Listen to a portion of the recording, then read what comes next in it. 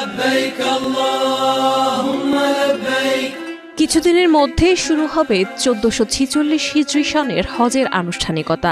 ইতিমধ্যে অধিকাংশ বাংলাদেশি হজযাত্রী সৌদি আরবে পৌঁছেছেন। তবে এই হজযাত্রীদের মধ্যে 15 জনের মৃত্যু ঘটেছে, যার মধ্যে 14 জন পুরুষ ও 1 জন নারী। মক্কায় মারা গেছেন 9 জন এবং মদিনায় 6 জন। শনিবার ধর্ম মন্ত্রণালয়ের হজ ব্যবস্থাপনা পোর্টালের মৃত্যু সংবাদে এসব তথ্য জানা গেছে।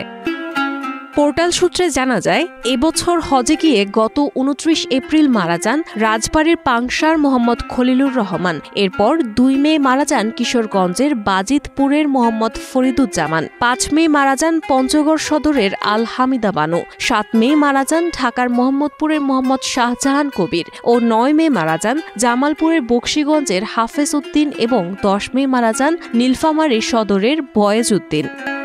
এছাড়া 14 মে মারা যান চট্টগ্রামের সন্দ্বীপের মোহাম্মদ ওয়াহিদুর রহমান। 17 মে মারা যান গাজীপুর সদরের মোহাম্মদ জয়নাল হোসেন।